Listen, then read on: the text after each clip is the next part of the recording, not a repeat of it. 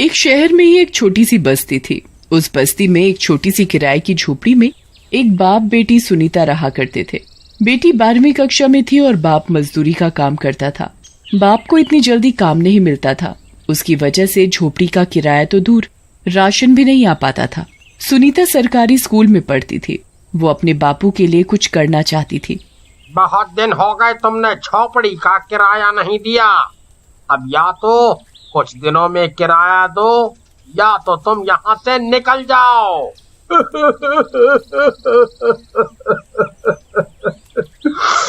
मैं क्या करूं मालिक, मैं क्या करूं? मुझे काम ही नहीं मिल पा रहा। आपका किराया तो क्या, मैं तो घर में कुछ खाने के लिए भी नहीं ला पा रहा। बहुत दिन हो गए हमने तो खाना भी नहीं खाया।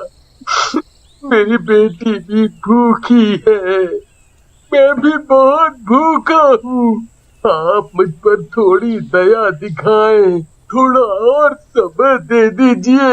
मैं आपका किराया जल्द से जल्द लौटाने की कोशिश करूँगा। ठीक है, मैं तुम्हें 2-3 हफ्ते की मोहलत देता हूँ।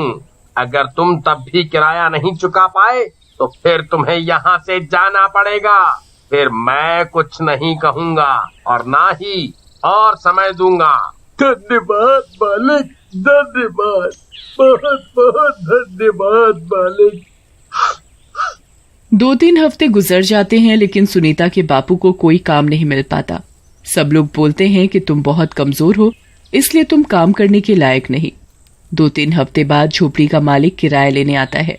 अब तो हफ्ते भी बीत गए, अब तो किराया दे दो। माफ कीजिएगा मालिक, मेरे पास अभी भी पैसे नहीं है, मुझे काम ही नहीं मिल पाया। आप कृपा कर मेरी अवस्था को समझिए। मैं बहुत गरीब हूँ, मेरे पास रहने के लिए कुछ भी नहीं बचेगा। अगर आप मुझे यहाँ से निकाल देंगे तो मैं कहाँ जाऊँगा? मेरी तो बेटी भी है साथ में, कहाँ लेता चलूँगा इसे? बस बहुत हो गया आपका ये रोना धोना। अब मैं नहीं सुनूंगा। मैंने आपको 2-3 हफ्ते का वक्त दिया था, अब वो वक्त खत्म हो चुका है। अब आप अपना सामान निकाल कर चले जाइए, मैं दूसरे किराएदारों को यहाँ रहने दूंगा। नहीं मालिक, नहीं, मुझे मत निकालिए मालिक, मेरा रहने का कोई ठिकाना नहीं है। मैं बिखर जाऊंगा, मेरी बेटी कहाँ रहेगी? वो मैं नहीं जानता, वो तेरी सरदर्दी, तेरी वजह से मेरे घर में इस झोपड़ी का कोई पैसा नहीं आ रहा। अब तू यहाँ से निकल।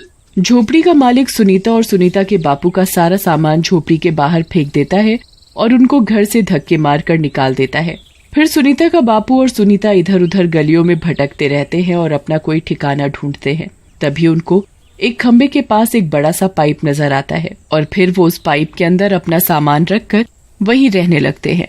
देखना बापू, जब मैं पढ़ लिख जाऊंगी ना, एक दिन मैं तुम्हारे लिए बहुत बड़ी हवेली खरीद कर दूंगी। हम सब वहाँ रहेंगे, हमें ऐसे भटकना नहीं पड़ेगा।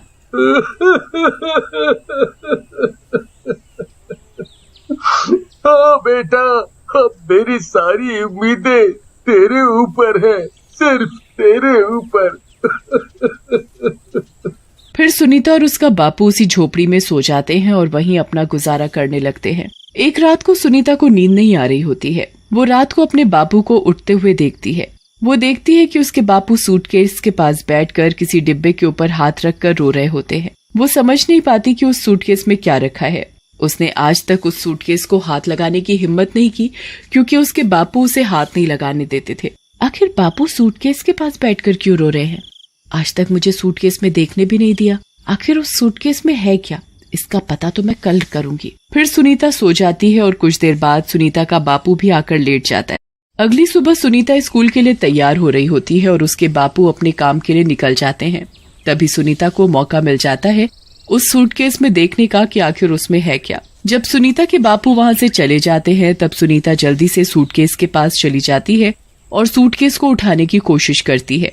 सूटकेस बहुत भारी होता है इसलिए उठा नहीं पाती। थोड़ा सा उठाती है लेकिन तभी सूटकेस जमीन पर गिर जाता है और उसमें से कुछ टूटने की आवाज भी आती है। सुनीता बहुत घबरा जाती है। ये कैसी आवाज आ गई? कहीं इसमें कुछ कांच का सामान तो नहीं रखा था? सुनीता उस सूटकेस को खोलती है तभी वो देखती है कि सूटकेस में बड़ा ही कीमती हारमोनियम रखा था जो सूटकेस के गिरने के कारण कोने से टूट चुका था। सुनीता ये देखकर घबरा जाती है और सोचने लगती है, लगता है ये हारमोनियम बाबा का है। बाबा को ये बहुत पसंद होगा तभी वो रात को इसे देखकर रो रहे थे। अगर ये बाबा ने देख लिया तो मुझे बहुत डांटेंगे। सुनीता घबराहट के मारे उस हारमोनियम को ऐसे का तैसा सूटकेस में रखकर अपनी जगह पर रख देती है और अपने स्कूल के लिए निकल जाती है। शाम को सुनीता के पापा काम से घर आ जाते हैं।